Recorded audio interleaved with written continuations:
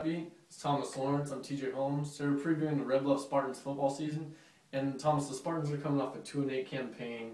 You know, they do have new head coach in there, Corey Hine, and he's in there to really turn this program around. You can already feel, you can really feel around the whole atmosphere and everything that the Spartans are ready for this change. Yeah, and you know, I saw Red Bluff at a 5-team scrimmage a couple weeks ago at Enterprise, and what really stood out about Red Bluff compared to all the other teams there is that, you know, their sideline was just incensed. They were so excited to be there and to, you know, really be this year's team, especially when the defense was on the field. You know, they were just electric. They were so loud. And Tucker Golaford, who's a senior linebacker on the team, basically told me that this is the kind of team that Red Bluff, you know, the city hasn't had in a long time, and that he and his teammates are excited to play for each other and play for the town they live in. Yeah, you know, and it all kind of starts with Hine bringing in, you know, from being their JV coach, and now he's got him in varsity, and it's kind of all starts with him going forward. I think I got a pretty unique opportunity, and then I've coached these guys in the past because I've been a JV coach.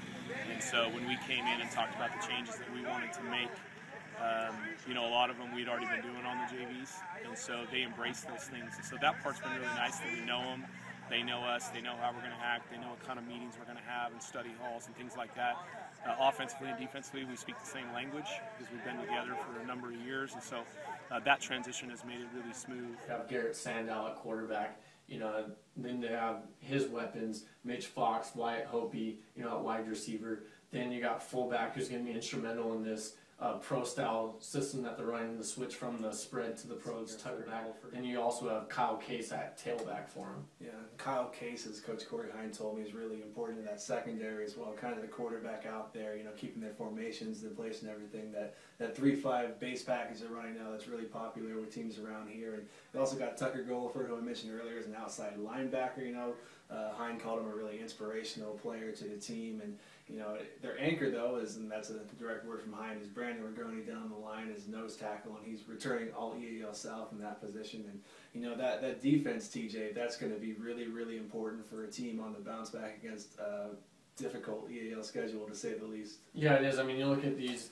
you know, the teams in the EAL, and Chico, Foothills, Shasta, Enterprise, Paradise, you know, all teams that made the D1 playoffs last year, you know, Red Bluff averaged, you know, 52, or, you know, allowed 52 points a game to these Division I teams last year, playoff teams last year. So, you know, you have to take that in consideration, but you also think this is a new team, new attitude, new program, new coach that they're turning around. You can't really think as much about last year. Yeah, and that's a team with a heck of a chip on his shoulder and something to prove. A team that went from infighting last year to cliques and to just, you know, not clicking together out on the field, to a team that can't wait to play for each other, at least at this point. And, you know, they really just can't wait to get out there.